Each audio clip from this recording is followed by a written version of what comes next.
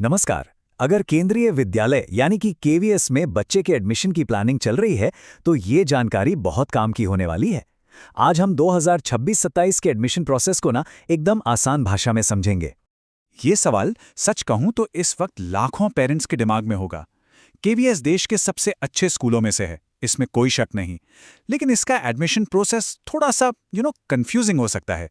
तो चलिए इसी को सुलझाते हैं।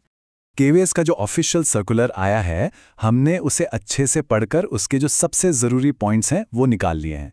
इससे क्या होगा कि समय भी बचेगा और कोई भी ज़रूरी बात मिस नहीं होगी।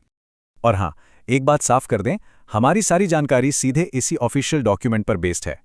इससे ये पक्का रहता है कि जो भी जानकारी यहाँ मिल रही है वो पूरी तरह से सही और भरोसेमंद है।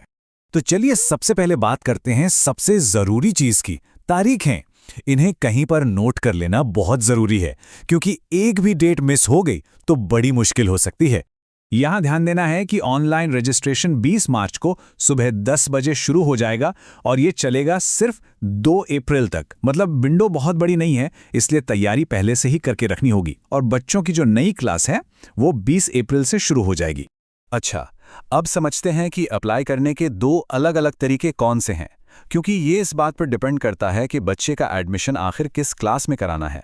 तो यहाँ एक बहुत ज़रूरी बात समझनी है। देखिए, हर क्लास के लिए एप्लीकेशन का तरीका ना एक जैसा नहीं है। मतलब अगर क्लास 1 या बाल वाटिका में एडमिशन कराना है तो सब कुछ ऑनलाइन होगा ओला पोर्टल पर। लेकिन अगर क्लास 2 या उससे ऊपर की क्लास की बात है तो मामला ऑफलाइन हो जाता है। मतलब स्कूल जाना पड़ेगा, और वो भी तभी जब वहाँ सीटें खाली हों। ये बड़ा फर्क है। ऑनलाइन प्रोसेस काफ़ी सीधा साधा है। केवीएस का जो ओला पोर्टल है उस पर जाना है, रजिस्टर करना है, फॉर्म भरना है और जो भी ज़रूरी डॉक्यूमेंट्स हैं उन्हें अपलोड कर देना है। बस ये याद रखना है कि आखिरी तारीख 2 अप्रैल है। और ऑफलाइन प्रोसेस के लिए सबसे पहला काम है स्कूल से कांटेक्ट करना। उनकी वेबसाइट या नोटिस बोर्ड पर चेक करना होगा कि सीटें खाली हैं भी या नहीं। अगर वैकेंसी है तो स्कूल से फॉर्म लीजिए और वहीं जमा कर दीजिए। चलिए अब कुछ खास नियमों पर नजर डालते हैं। ये वो बातें हैं जहां पेरेंट्स से अक्सर चूक हो जाती है। इन छोटी छोटी डिटेल्स पर ध्यान देना बहुत जरूरी है। बाल वाटिका के नियम थोड़े से अलग हैं।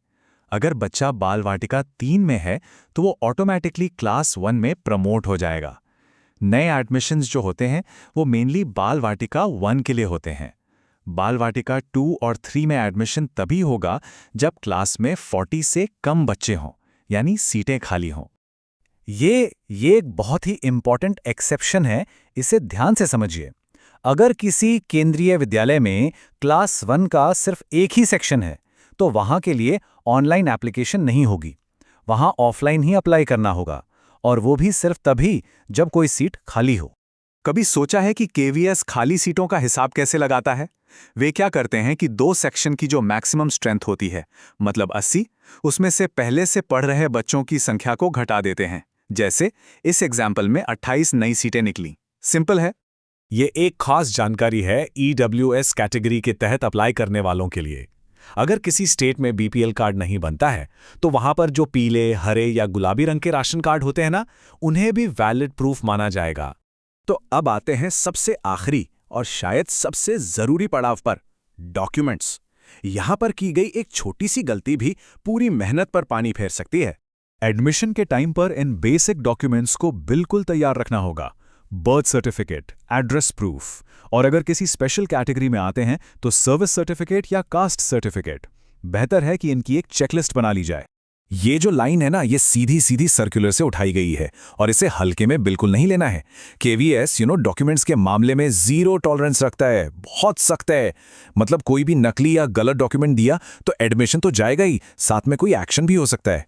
तो इस मामले में बहुत सावधान रहने की जरूरत है।